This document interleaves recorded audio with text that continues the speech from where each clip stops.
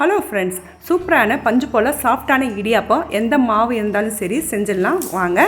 இப்போ ஒரு கடாயில் நான் ஒரு கப் அளவுக்கு தண்ணி சேர்த்துக்கிறேன். தண்ணி நல்லா கொதியட்டும். கூடயே உப்பு சேர்த்தாச்சு.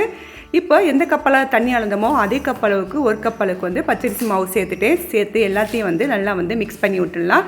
இது ரேஷன் அரிசி இருந்தாலும் சரி, கடையில் வாங்கின அரிசியாக இருந்தாலும் சரி, இந்த மாதிரி செஞ்சு பாருங்கள். டேஸ்ட்டு சூப்பராக இருக்கும். மாவு நல்லா கிண்டி விட்டாச்சு. இப்போ மூடி போட்டு மூடி வச்சாச்சு. ஒரு 10 நிமிஷம் ஆகட்டும்.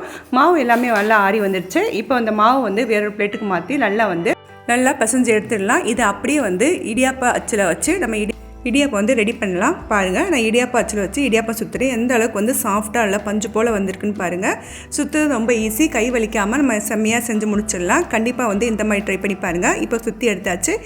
இதை அப்படியே வேக வச்சு எடுத்துடலாம். இப்போ வேக வச்சு எடுத்துகிட்டே பாருங்கள். இப்போ எடுத்து பார்க்குறேன். சூப்பரான டேஸ்டியான இடியாப்பம் ரெடி ஆகிடுச்சு. ட்ரை பண்ணி பாருங்கள். சப்ஸ்கிரைப் பண்ணிடுங்க. தேங்க்ஸ் ஃபார் வாட்சிங்.